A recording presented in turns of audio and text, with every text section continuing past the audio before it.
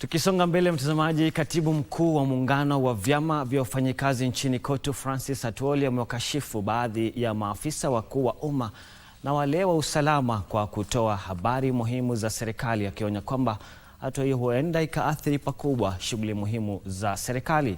Akiongea katika kanisa Katoliki la St. Francis Mawego, eneo bunge la Karachuonyo, Atwoli alimsuta aliyekuwa naibu rais Rigathi Gachagua kwa kutumia habari hizo muhimu kuhujumu shughuli za serikali. Atwoli alitoa wito wa kufanywa kwa uchunguzi wa kina katika utumishi wa umma ili watakaopatikana wanatoa habari hizo muhimu kwa watu wasiostahili.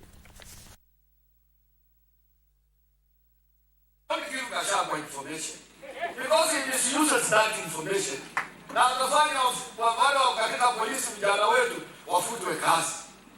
Sisi huwa tunapata information kutoka kwa polisi, lakini tunapeleka mahali inatakikana, utangazi kwa mkutano, ndugu na polisi fulani, kitu fulani kitafanyika.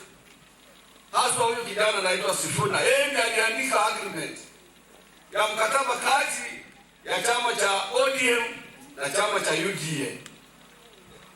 Leo hii amepatiwa hela chache na watu wengine wa kugawa jamii ya Kibaluya.